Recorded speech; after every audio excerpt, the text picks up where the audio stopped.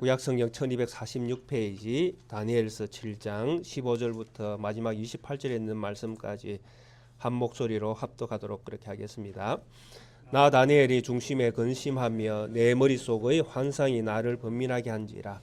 내가 그 곁에 모시어 선 자들 중 하나에게 나아가서 그 이 모든 일의 진상을 물으매 그가 내게 말하여 그 일의 해석을 알려주며 이르되 이 그 내 큰 짐승은 세상에 일어날 내 왕이라.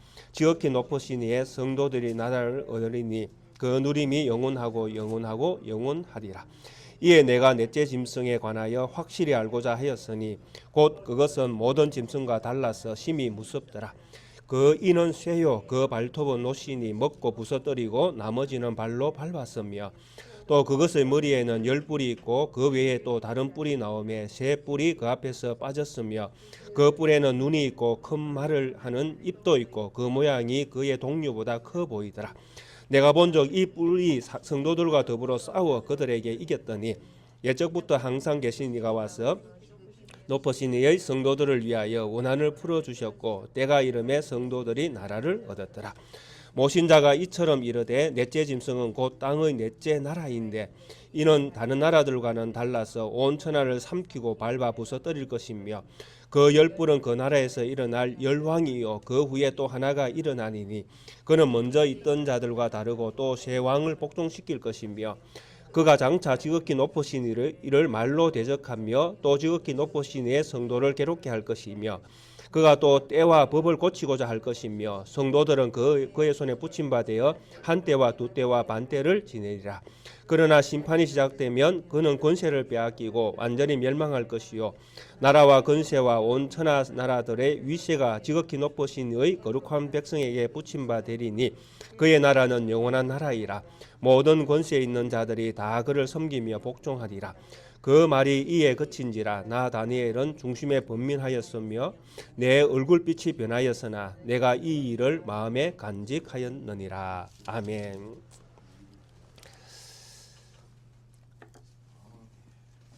다니엘의 어렸던 시절에 하나님께서 느부갓네살 바벨론의 느부갓네살 왕을 통해서 이스라엘을 침공케 하시고 또 그를 통해서 하나님은 이스라엘을 심판하시는 일을 시작하셨습니다. 그때가 BC 605년쯤이었고 그로부터 이런 일들을 시작으로 해서 이스라엘은 점점 이제 나라라는 그 명운이 이제 사라져가는 그런 시절을 지나게 되어집니다. 그래서 하나님께서 이런 느부갓네살 왕을 통해서 그 일을 시작하셨고 또 그렇게 시작한 그 일을 통하여 이스라엘의 일부의 지식인들과 또 뭐 조금 나라의 어떤 미래를 이렇게 책임질 만한 그런 인물들을 하나님께서 바벨론으로 옮겨 가셨습니다. 그리고 이런 어떤 일들을 통해서 하나님은 이스라엘을 심판을 시작하셨는데 그 일을 시작하신 이유가 어디에 있겠습니까? 바로 이스라엘의 죄악 때문이었습니다. 이스라엘이 그들의 하나님을 믿지 못하고 다른 우상을 섬기고 또 그들에게 약속한 그런 약속된 나라를 기다리는 것이 아니라 자기의 인생들 가운데의 편리를 따라서 자기의 인생을 산 것입니다. 그래서 이런 어떤 우상 숭배와 또 음란과 또 자기 자신을 위한 어떤 그런 삶의 태도 이런 것들이 문제가 되어서 결국 이스라엘은 역사 속에서 하나님의 심판의 어떤 과정을 겪게 되어집니다. 그래서 이때에 하나님은 선지자를 통해서 말씀하십니다. 내가 심판을 시작했기 때문에 이 심판은 반드시 되어진다라는 것입니다. 그래서 내가 시작한 이 심판의 시작을 겸허히 받아들이고 하나님의 일하심인 줄 알고 하나님이 이스라엘을 바벨론으로 옮길 때에 옮겨가서 그곳에서 살아라. 이렇게 하나님은 선지자를 통해서 말씀을 주셨습니다. 그래서 이때의 믿음이라는 것은 믿는 자들의 그 믿음의 정신이라는 것은 그렇습니다. 하나님이 말씀하신 그 말씀을 따르는 것이 믿음의 정신입니다. 그래서 나는 죽어도 이 나라에서 죽겠다. 나는 죽어도 이스라엘을 떠나지 않겠다라는 것이 믿음이 아니다라는 것입니다. 하나님이 떠나게 하시면 떠나가는 것이 믿음입니다. 그래서 선지자들을 통해서 바벨론으로 가라. 그리고 거기서 터를 닦고 집을 짓고 자녀를 낳고 그리고 거기에서 살아라. 근데 중요한 것은 그렇습니다. 사는 장소는 달라져도 믿음의 정신은 하나님을 제1로 가져야 된다라는 것. 이거는 장소와는 상관이 없는 이스라엘 백성으로서 가져야 될 가장 중요한 가장 중요한 삶의 원칙은 이것에 있다라는 것입니다. 그래서 하나님은 이것을 말씀하신 것입니다. 장소를 따지지 말고 가라는 것이죠. 그리고 그곳에 가서 믿음으로 살라라는 것입니다. 장소는 달라져도 이스라엘이라는 땅에서 바벨론이라는 땅으로 장소는 옮겨갈 것이다. 그러나 옮겨간 그 땅에서 믿음의 삶을 살아라. 이것이 하나님이 선지자를 통해서 주신 말씀이었습니다. 그래서 이 말씀을 따라서 이제 청년들, 어린 자녀들, 바벨론에서 설만한 사람들은 이제 다 이렇게 많이 이제 그 포로로 잡아간 이런 상황이었습니다. 이것이 이 다니엘서의 시작이었습니다. 그리고 이런 어떤 시작 가운데에 이제 어린 나이에 그 땅에 바벨론에 갔던 사람들 중에 이제 주인공으로 등장하는 이 다니엘과 세 친구들, 이 친구들의 어떤 그 삶은 이제 바벨론에서의 삶이 이제 시작되어지는 것입니다. 그리고 그 땅에서 어떻게 살아갈 것인가, 우리의 미래는 또 내가 이 땅에서 어떻게 어떤 마음을 가지고 그러면 하나님께서 이 땅에서 살라고 했으니까 그 살라고 하신 그대로 그냥 뭐 살면 되느냐? 그 어떻게 사는 것이 잘 사는 것인가? 뭐 고민을 할 수밖에 없습니다. 그리고 나의 미래는 어떻게 될 것인가? 우리의 미래는 이스라엘의 미래는 어떻게 될 것인가? 뭐 신앙인이라면 이런 궁금함과 또 이런 생각 속에서 살게 될 것입니다. 그때 하나님께서 초창기에 막 바벨론으로 옮겨갔을 때에 하나님께서 느부갓네살에게 꿈을 꾸게 하셨고 그 꿈을 다니엘이 해석하게 하시는 그런 은혜를 베풀어 주셨습니다. 그래서 다니엘이 꿈꾸고 다니엘이 이 땅에서 살아가야 될 정체성이 무엇인가라고 할 때에 하나님이 꿈을 통해서 보여주신 것입니다. 금과 은과 녹과 철과 진흙으로 만들어진 큰 신상을 보여주면서 이런 나라들이 역사 속에서 일어나게 될 것이다. 그리고 마지막에 이 세상에서 없는 돌이 하늘로부터 이렇게 나와서 이 세상의 나라, 세워진 나라를 박살내버릴 것이다.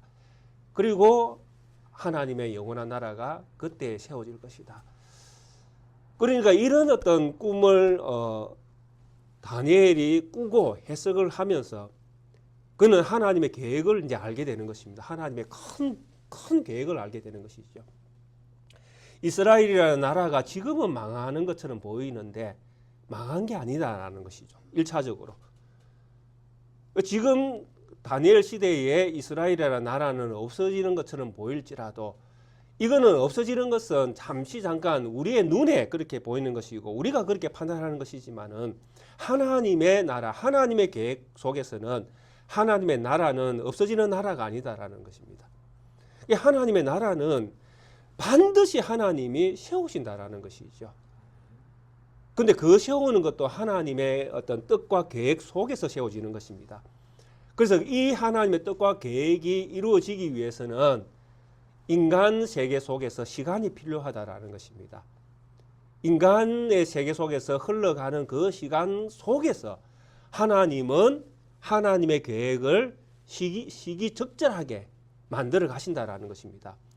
그리고 하나님의 나라가 서는 그 계획은 하나님께서 세운 큰 울타리 속에서 볼 때에 4개의 나라가 세워지고 난 다음에 4개의 제국이 세워지고 난 다음에 세워지는 그때에 하나님의 나라가 세워지는 일이 세상 가운데에 드러나게 될 것이다 라고 하나님께서 다니엘에게 비전을 보여주신 것이 있죠. 하나님의 비전, 하나님이 세우시는 나라가 어떻게 이 역사 안에서 세워질 것인가. 그래서 다니엘과 같은 이런 친구들은 이제 이런 믿음을 가지게 되어집니다. 아, 바벨론에서 내가 사는 이 세월은 잠시 잠깐이구나. 그런데 여기에서 내가 비록 바벨론이라는 이 땅 가운데서 내가 살지만은 내가 꿈꾸고 내가 들어가야 될 나라는 하나님이 세우시는 나라구나. 그래서 그 나라를 내가 바라보고 하나님께서 세울 그 나라를 기대하면서 내가 이곳에서 믿음의 생각을 가지고 믿음의 삶을 성취하면서 내가 이 땅 가운데에 존재해야 되는구나. 그런 것들을 어릴 때에 그 바벨론 땅에서 젊은 또 시절을 시작할 때에 이런 어떤 꿈을 가지고 이런 생각을 가지고 또 이런 나라를 바라보면서 살아가도록 하나님이 어린 자녀들을 그 땅에서 부르셨다라는 것입니다. 그래서 다니엘과 그 친구들은 이런 나라를 바라보고 이런 나라를 꿈꾸면서 바벨론이라는 땅에서의 삶을 시작했다라는 것입니다. 그리고 나서 이제 한 50년이 훌쩍 지납니다. 우리가 보아야 될 이 다니엘서 7장은 벨사살 시대이기 때문에 그리고 원년이라고 표현한 이것을 볼 때에 대략적으로 학자들은 BC 550년 정도로 이렇게 추정을 합니다. 그리고 BC 550년 전후로 볼 때에 느부갓네살이 BC 605년에 이스라엘을 침공해서 포로로 자녀들을 잡아갔다고 보면 벌써 50년이라는 세월이 훌쩍 뛰어넘는다라는 것입니다. 반세기가 지나갑니다. 그러니까 이 바벨론 땅에서 다니엘과 그 친구들이 50년이라는 세월을 이제 지났다라는 이야기입니다. 지내왔다는 이야기입니다. 그리고 지나다 보니까 이제 바벨론이라는 이 나라가 세계에서 계속 힘 있는 나라로 이렇게 바벨론이라는 나라가 계속 유지될 줄 그렇게 생각했었는데, 물론 꿈을 생각하면 바벨론 다음에 다른 나라가 세워지는데 다니엘 시대에 그런 일들이 일어나는 것들을 다니엘이 50년이 지나면서 자기 주변의 일들이 변화가 일어날 때에 궁금증을 가지게 되어졌다라는 것입니다. 바벨론의 그 북동쪽에 있는 메대라는 땅에서 고레스가 왕이 되어지고 그가 힘을 얻기 시작하면서 바벨론의 북서쪽에 있는 리디아를 잡아먹는 것입니다. 그러니까 메대라는 이 땅에서 고레스라는 하나의 왕이 세워지면서 이 왕의 어떤 그 세력, 그 힘의 세력이, 메대의 힘의 세력이 바벨론이라는 그 팔레스타인 이 바벨론이 지배하고 있는 그 자기의 지역으로 볼 때에 자기 지역 위쪽으로 이렇게 동글방하게 이 메대라는 나라의 세력의 힘이 이렇게 형성이 되어지는 것입니다. 그러면서 바벨론의 이 왕들은 느부갓네살 이후에 쇠퇴하기 시작하는 이런 상황을 다니엘이 보는 것입니다. 그러니까 다니엘의 이런 상황을 보면서 자기가 궁금증을 가질 수밖에 없는 것입니다.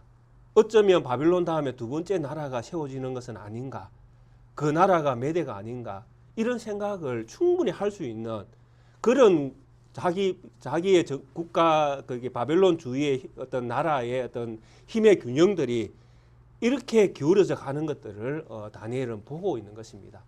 그래서 궁금하게 여기는 이때에 다니엘이 7장의 이 꿈을 또 꾸게 되는 것입니다. 그런데 이 꿈이 너무나 기가 막히게 꿈을 꿉니다. 처음에 그 다니엘이 50년 전에 꿈을 꿀 때에 네 개의 나라는 금, 은, 동, 놋으로, 금, 은, 놋, 진흙, 철로 이렇게 이루어진 나라였지 않습니까? 그런데 두 번째 꿈에는 이게 나라는 똑같은데 모양이 짐승으로 등장을 합니다. 첫 번째 짐승의 모양을 보면 사자와 같은데 독수리에 날개가 있더니 내가 보는 중에 그 날개가 뽑혔고 또 땅에서 들려서 사람처럼 두 발로 서서 서게 함을 받았으며 또 그 사람의 마음을 받았다. 이것이 첫 번째 짐승입니다. 근데 첫 번째 짐승은 금이었잖아요. 바벨론. 그러니까 50년 전에는 금이었단 말입니다. 누구도 이길 수 없는 힘을 가진 엄청난 힘을 가진 느부갓네살 왕이 다스리는 바벨론은 엄청난 힘을 가진 나라로서의 한 위용을 가지고 있었다라는 것입니다. 그런데 50년이 훌쩍 지났는데 모양을 보니까 분명히 표범이에요. 사자입니다. 사자. 짐승 중에 왕이잖아요. 그리고 날개를 가졌다는 이야기는 뭐 독수리 날개 정도로 우리가 표현할 수 있지 않습니까? 그러니까 땅과 하늘의 모든 힘을 가진 그런 바벨론인데 갑자기 날개가 푹 뽑혀버립니다. 무슨 이야기겠습니까? 힘을 잃어버렸다는 이야기죠. 그리고 짐승, 땅에서 왕은 사자지 않습니까? 그런데 이 땅에서 그 모양이 들려서 사람처럼 이렇게 됐다고 이야기하잖아요. 사자가 땅을 딱 짚고 이게 힘을 써야 되는데 땅에서 들렸다는 이야기는, 그러니까 하늘에서는 날개를 뽑혀버리고 땅에서는 들렸으니까 아무 힘도 쓰지 못한다는 이야기입니다. 그래서 사람하고 짐승하고 싸우면 누가 이기겠습니까? 힘으로는 사람이 절대로 못 이깁니다. 그러니까 지금 바벨론이라는 그 다니엘이 50년이 지나서 이제 벨사살 시대가 되고 보니까 이 벨사살 시대 때의 이 바벨론의 모양을 지금 꿈을 통해서 보여주는 겁니다. 사자인데 날개가 뽑힌 사자라는 것입니다. 그리고 땅에서 들려있다는, 힘을 다 잃어버렸다는 이야기입니다. 무슨 이야기입니까?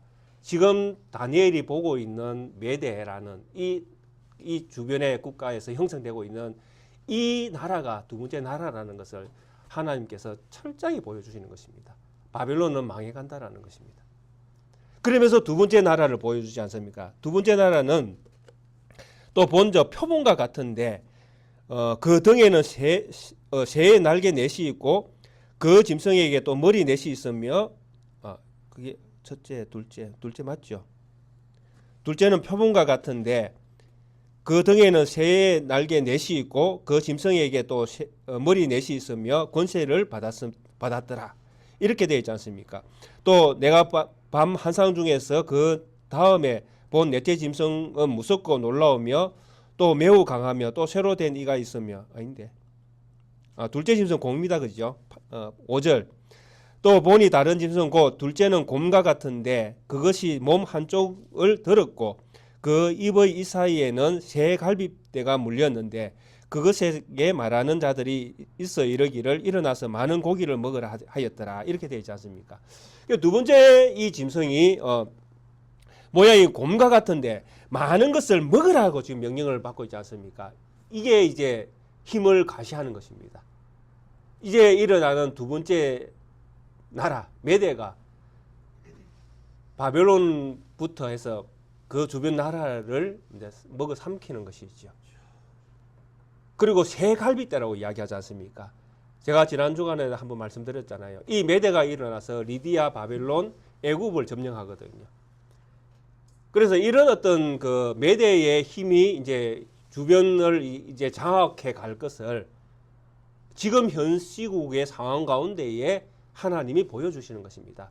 바벨론은 망해가고 있고 메대는 일어나고 있는 것을 지금 50년이 지난 이때에 다니엘의 꿈을 통해서 하나님은 이 나라의 지금 현재 바벨론 제국 주위에서 일어나고 있는 이 국제적인 이 정세를 판단할 수 있도록 하나님께서 다니엘에게 꿈을 보여주셨다라는 것입니다.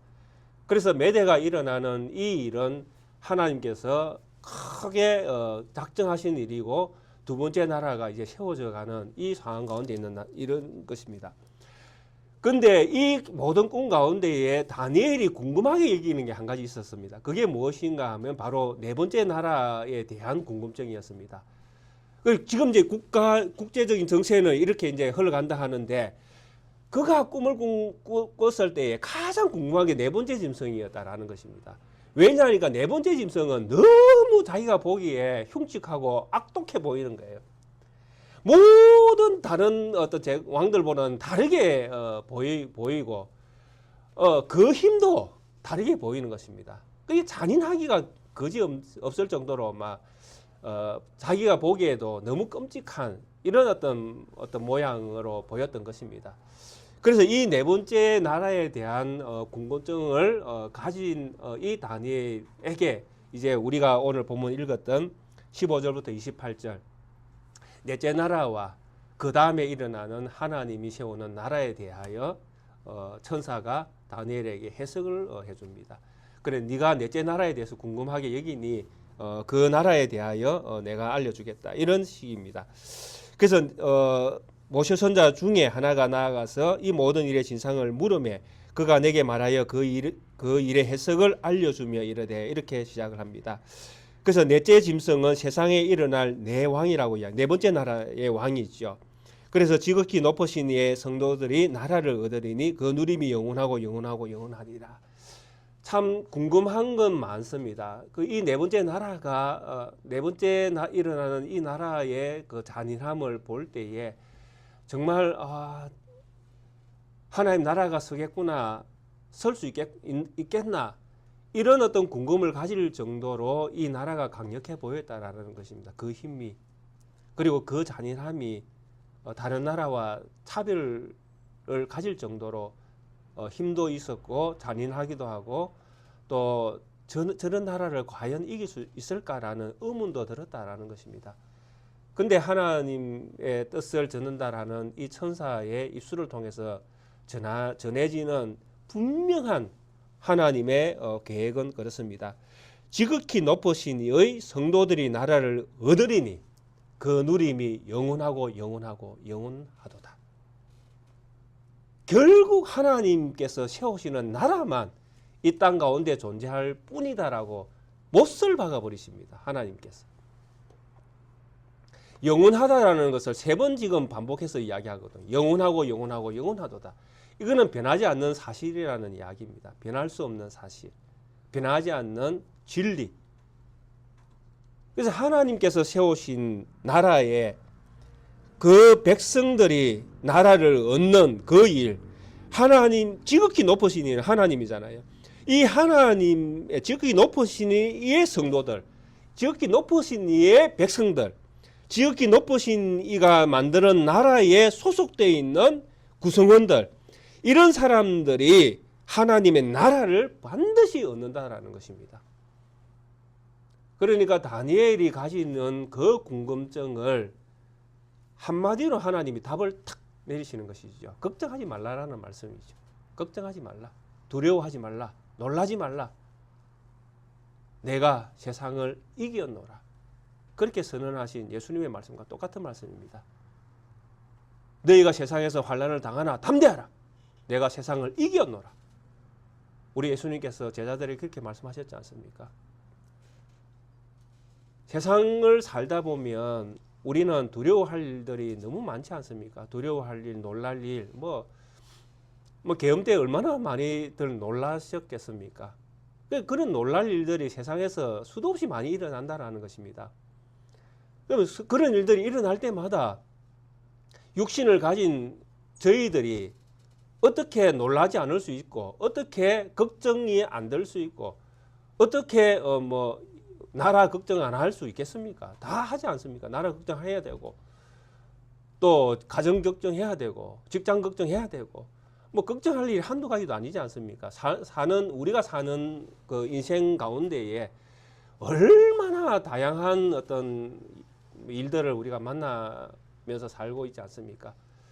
그런 일들 가운데에 우리가 생각하면서 생각으로 우리의 삶을 통해서 만나는 문제마다 우리가 그냥 지나칠 만한 것들은 별로 없지 않습니까? 근데 하나님은 우리에게 분명하게 말씀하십니다. 수많은 우리가 감당할 수 없는 수많은 세상의 일들이 일어난다 할지라도 두려워하지 말라, 놀라지 말라라는 것입니다. 왜냐하니까 아무리 세상이 놀랄 일들이 많이 생기고 진짜 하늘에서 별이 푹 떨어지는 이런 일들이 일어난다 할지라도 하나님의 나라는 영원하다라는 것. 이것은 진리라는 것입니다. 만약에 하늘이 무너져서 우리가 다 이 땅 가운데에 하늘이 무너지는 그 무너진 하늘에 우리가 깔려서 다 우리가 육신의 목숨을 잃는다고 할지라도 우리가 두려워할 이유가 있습니까? 없지 않아요. 왜? 우리가 하나님의 백성이니까. 이렇게 죽어도 저렇게 죽어도 우리는 하나님 나라에 있을 것이니까. 그래서 하나님은 우리에게, 예수님께서 제자들에게 그런 말씀을 하실 수 있는 것입니다. 두려워하지 말라, 놀라지 말라. 내가 세상을 이겨노라. 하나님 나라만 영원히 선다라는 것입니다. 이것이 다니엘 시대나 저희 시대나 하나님이 자기 백성에게 주시는 가장 강력한 위로가 되는 말씀이십니다. 안 그렇습니까? 한 나라의 큰 정치인으로서 엄청난 위치에 올라 있는 다니엘이 자기가 섬기는 바벨론이 서서히 무너져가는 그런 상황을 볼 때에 걱정이 안 되겠습니까? 바벨론은 우리의 나라가 아니니까 망해야 된다, 그렇게 생각해야 되겠습니까? 아니잖아요. 하나님이 그 땅에서 틀을 꾸리고 그 땅의 평안을 구하라고 하셨잖아요. 그러니까 메대가 일어나고 바벨론이 무너져가는 이런 상황 속에서 정치인으로서 그 땅에서 살아가는 다니엘, 이 바벨론을 위해서 기도하지 않았겠습니까?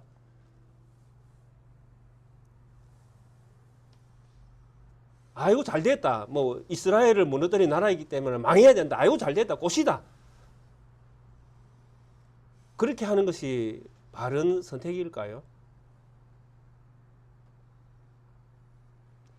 물론 하나님의 뜻은 분명합니다. 메대를 통해서 바벨론을 치게 할 수 있을 것입니다. 그리고 바벨론이 사라질 것입니다. 그러나 그런 어떤 일들이 일어나기까지 하나님의 자녀는 하나님의 긍휼과 자비를 구하고 그 나라의 평안을 구하는 것이 하나님의 자녀로서의 믿음의 길 아니겠습니까? 그러니까 이런 어떤 다니엘은 자기가 몸담고 있는 이 바벨론의 생활 가운데에 틀림없이 바벨론에서 기도했을 것입니다. 그렇지만은 하나님은 바벨론의 그런 기도를 하는 다니엘이었을지라도 하나님은 하나님의 뜻을 더 분명하게 다니엘에게 인식시켜 주시는 것이지요. 그러나 네가 정말 구하고 네가 정말 바라보고 네가 정말 기다려야 될 나라는 이 바벨론이 아니라 어디다? 장차 세워질 하나님의 나라다. 그러니 너는 지금 국가의 이런 위기 상황 가운데에 비록 네가 놓여 있다 할지라도 두려워하지 말고 놀라지 말고 이 흘러가는 국가의 모든 정세 가운데에 오직 미래에 달려오고 있는 하나님 나라를 더 기도하며 그 나라를 더 꿈꾸며 그 나라를 더 완전한 나라로 믿으며 네 자신이 그 나라에 소속되어 있는 믿음의 사람인 줄 알고 너의 온전한 믿음, 너에게 주신 허락한 이 시대의 믿음의 정신 가지고 너는 살아라. 이게 하나님께서 다니엘에게 주신 위로가 아니겠습니까? 그래서 이런 여러 가지 환경들이 참 우리로 하여금 우리의 신앙을 더 분명하게 세워주는 기능들을 한다라는 것입니다. 어려운 일들을 만나면 우리 성도님들이 가장 먼저 무엇을 합니까? 기도를 하게 되어지지 않습니까? 그러니까 어려운 환경은 어떤 측면에서 보면 성도들에게 많은 유익을 가져다 준다라는 것입니다. 어려운 일들이 생기면 왜 생겼을까? 의문을 가질 수도 있고, 그리고 생긴 이 문제가 어떻게 해결되는 것이 하나님의 뜻이 이루어지는 것일까? 또 궁금증을 가지게 되어지고, 또 그런 가운데에 나는 무엇을 해야 되는가? 또 내 스스로에게 질문을 던질 수도 있고, 또 그러면 내가 무엇을 해야 되는가에 질문을 던지게 되어질 때에 내가 신앙인인 줄 또 생각하게 되어지고, 내가 신앙인인 줄 생각하게 되어지면 내가 하나님이 뭘 원하시는가를 또 묻게 되어지고, 하나님이 원하시는 것이 무언가를 묻게 되어지면 하나님의 말씀을 살필 수밖에 없게 되어지고, 그렇게 되지 않겠습니까? 그렇게 나아가는 것이 성도들의 어떤 그 고난이 성도에게 주는 유익이 아니겠습니까? 그래서 이런 어떤 고민들을 통해서 다니엘은 하나하나 자기의 시대에 일어나고는 뭐 이런 일들을 하나하나 이제 궁금증을 해결해 갔을 거라고 그렇게 생각이 되어집니다.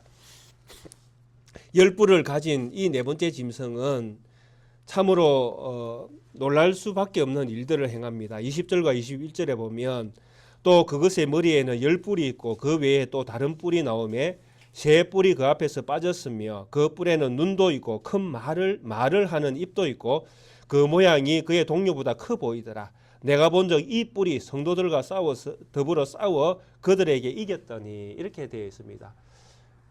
성도들과 싸워 이게 먼 미래에 일어나는 사건인데 하나님께서 네 번째 나라가 세워지고 하나님의 영원한 나라가 세워진다고 했는데 세워지기는커녕 성도들과 싸워서 또 이 짐승이 이겨버렸다 이렇게 표현을 하고 있습니다. 의문이 들 수밖에 없는 겁니다. 다니엘이 의문을 가지고 그 나라를 두려워했던 이유가 아마 이런 데 있었을 거라고 생각이 되어집니다. 영원한 이 네 번째 나라가 세워지면 그 다음에 영원한 하나님의 나라가 와야 되는데 갑자기 짐승이 성도들과 싸워서 이겨버리는 일들이 일어나는 그런 현상들까지 보았다라는 것입니다. 그래서 이런 부분들이 생각해 보면 결국 하나님 나라가 어떻게 서는가? 뭐 우리가 이겨야 성도들이 이겼다라고 표현해야 진짜 하나님 나라가 영원히 선다라고 믿을 건데 갑자기 성도들과 이 짐승이 싸워서 짐승이 이겼다 이렇게 성경이 기록을 하고 있으니까 하나님 나라가 또 안 세워지는가 못 세워지는가 하나님이 뜻을 또 바꾸셨는가 또 이렇게 또 의문이 들기도 합니다. 그러나 여기서 말하는 이 본문은 하나님의 영원한 나라가 세워지기 직전에 성도들이 당하는 고난의 한 표현입니다. 뒤에 보시면 25절에 이런 표현이 있죠. 그가 장차 지극히 높으신 이를 말로 대적하며 또 지극히 높으신 이의 성도를 괴롭게 할 것이며 또 그가 또 때와 법을 고치고자 할 것이며 성도들은 그의 손에 붙임 바 되어 한 때와 두 때와 반 때를 지내리니 이렇게 되어 있지 않습니까? 요거와 똑같은 표현입니다. 성도를 이겼고 또 성도들을 이긴 것처럼 그가 권세를 마음껏 누리는 시절이 있다라는 것입니다. 로마가 세워지고 얼마나 로마가 그 유대를 핍박을 많이 했습니까? 네로 황제 시대 때는 거의 완전히 다 죽이려고 달라들 정도로 핍박이 심했지 않습니까? 그런 상황을 지금 묘사하고 있다라고 생각하시면 됩니다. 그러니까 로마는 승승장구하고 유대는 완전히 이스라엘은 완전히 박살나는 것입니다. 그래서 죽어나가는 것은 성도들인 거예요.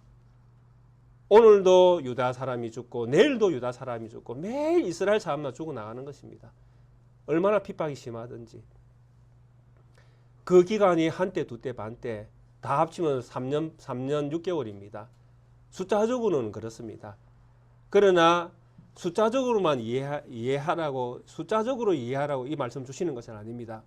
하나님께서 성도들의 고난을 한정시켜 놓았다라는 이야기입니다. 그러니까 하나님이 무작정 언제나 영원토록 로마가 이기도록 만들어 놓으신 것이 아니라 로마의 힘이 활개칠 수 있는 그 기간은 하나님이 딱 정해 놓았다라는 것입니다. 3년 반이라는 것은 정해져 있는 시간의 어떤 한정된 시간을 가리키는 것입니다. 그래서 성경에서 이런 표현을 쓰고 있습니다.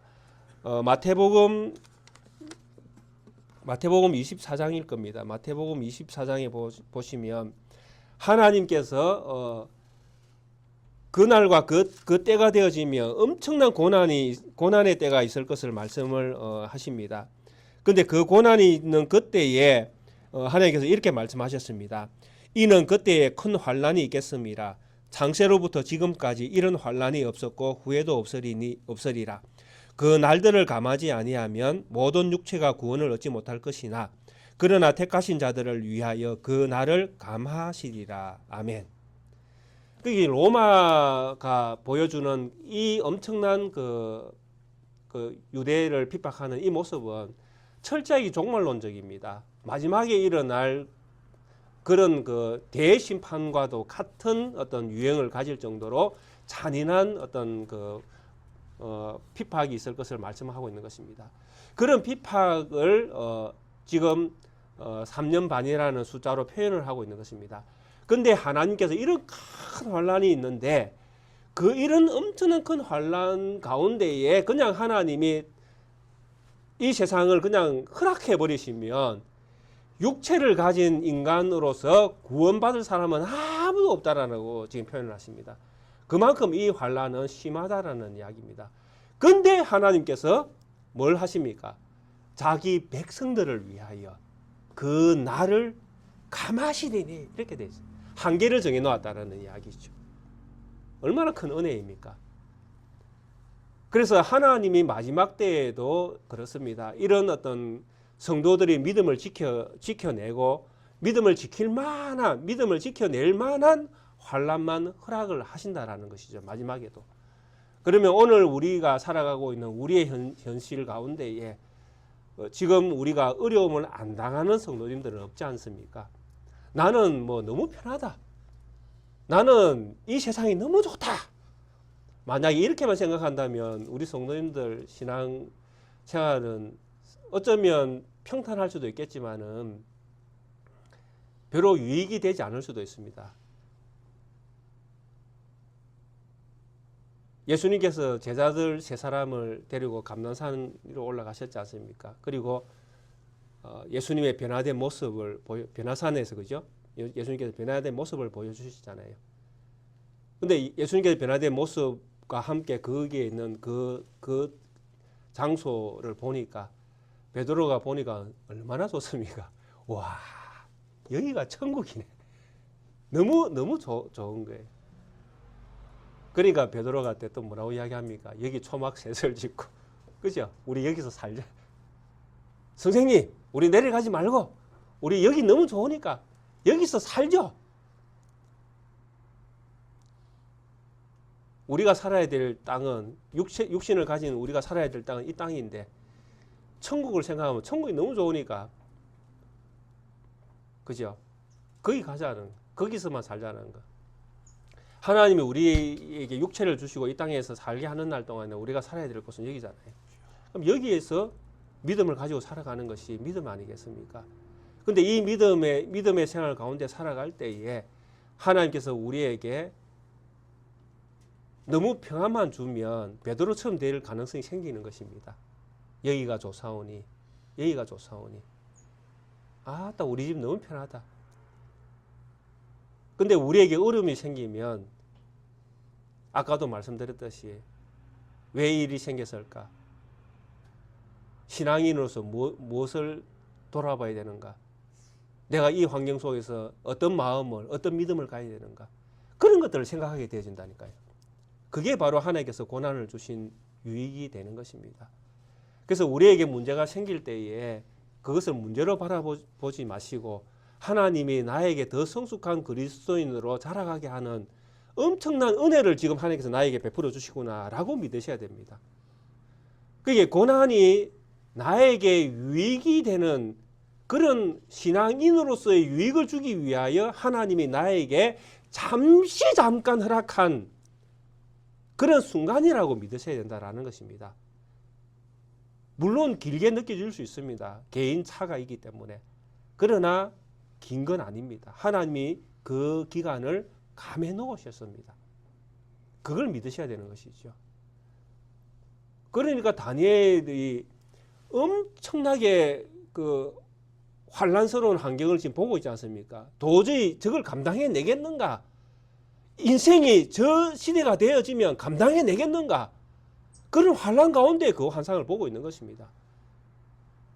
그런데 하나님께서 감해 놓으셨고 하나님께서 그럼에도 불구하고 하나님 나라가 영원히 선다라는 답을 주셨기 때문에 다니엘은 감당할 수 있는 것이고 또 그것을 바라볼 수 있는 믿음이 또 생기는 것입니다. 그래서 이 모든 것들을 다 그가 보고 또 하나님으로부터 주신 그 말씀을 다 깨닫고 결국 27절과 28절에 이렇게 고백합니다. 나라와 건세와 원천하 나라들의 위세가 지극히 높으시니의 거룩한 백성에게 붙임 바 되리니 그의 나라는 영원한 나라이라. 모든 권세에 있는 자들이 다 그를 섬기며 복종하리라. 예, 이게 지금 우리의 현실입니다. 세상이 우리를 이긴 것이 아니라 하나님의 나라가 세상을 이겼고 이 세상을 이긴 하나님의 나라가 지금 낫게교회라는 공동체로 지금 여기에 서 있는 것입니다. 여기가 바로 하나님의 나라입니다. 그리고 이 나라에 누가 복종을 합니까? 세상의 모든 권세와 온 천하의 나라들의 위세가 지극히 높으신 이의 거룩한 백성들에게 붙임 바 되리니 우리가 세상을 이겼다라고 선언하고 계시는 것입니다. 그러니까 우리가 이겼으니까 그의 나라는 영원한 나라고 모든 권세에 있는 자들이 다 그를 섬기니 세상의 모든 권세가 결국 우리를 섬겨야 될 위치에 있다라는 것입니다. 우리가 세상을 섬기는 것이 아니라 세상이 우리를 섬기는 자리에 있게 된 지금이 바로 하나님의 나라가 이 땅 가운데 세워진 순간이라고 말씀하고 있다는 것입니다.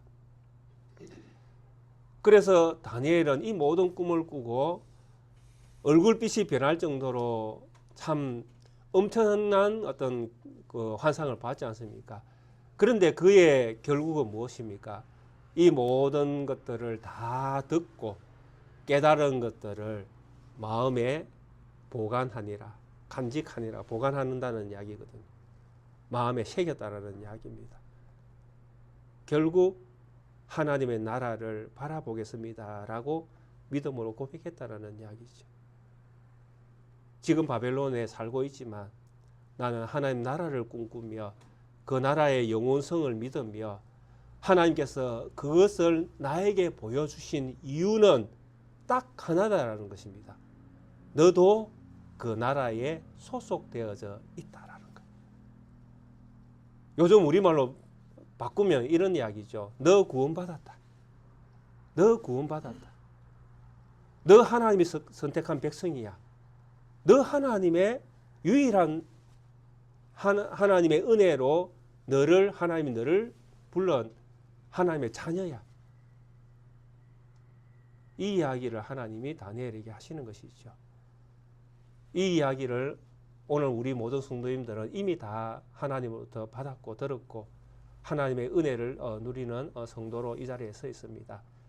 참 다니엘이 받았던 그 은혜가 우리의 은혜와 동일하고 또 우리의 은혜가 다니엘이 받았던 은혜보다 약하지도 않습니다. 오히려 우리는 다니엘이 보지 못한 나라를 지금 나라에 들어와 있고 그 나라의 백성으로서 우리는 모든 권세를 누리면서 이 땅 가운데에 하나님의 자녀로 살고 있는 것입니다. 우리의 위치는 세상을 다스리는 위치에 우리가 서 있습니다. 세상은 우리를 다스림을 받는 존재로 세상은 우리 아래에 지금 존재하고 있습니다. 그러니 우리 모든 성도님 하루하루 살아내실 때에 두려워하지 마십시오. 놀라지 마십시오. 담대하게 세상 가운데에 서실 때에 내가 세상을 이겼노라 선언하시면서 믿음으로 사십시오. 아멘. 이것이 하나님께서 우리에게 주신 은혜입니다. 아멘. 그리고 우리의 믿음의 자리입니다. 이것이 교회의 자리입니다. 그러니까 세상 잘 되는 거, 세상 사람들 멋지게 사는 거 부러워하지 마십시오. 우리가 하나님 나라의 백성인데 그들이 우리를 부러워해야 되죠. 세상에 조금 부족한 것 있다 할지라도 그거 때문에 우리 자신을 낮추지 마십시오. 우리는 하나님의 자녀입니다. 그들이 우리를 부러워하고 그들이 우리를 섬겨야 되고 그들이 우리 가운데 들어오려고 애를 써야 되는 그런 상황이지 않습니까? 이런 믿음을 가지시고 우리가 이 세상을 살아내시고 혹시 건강에 문제 있습니까? 혹시 사는데 문제 있습니까? 혹시 여러 가지 혼란들을 당하고 계십니까? 하나님이 함께 하시고 그 시절을 감하실 것이고 또 그 시절을 감해 나가는 그 모든 일들 가운데에 하나님이 함께 해주실 것입니다. 이 믿음으로 승리하시고 오늘도 내일도 주님 기쁘신 뜻을 따라서 항상 기뻐하고 쉬지 말고 기도하고 범사에 감사한 믿음의 삶을 살아내시는 우리 성도님들 되시기를 주의 이름으로 축복하겠습니다. 함께 찬송가 586장 함께 찬송 드리겠습니다.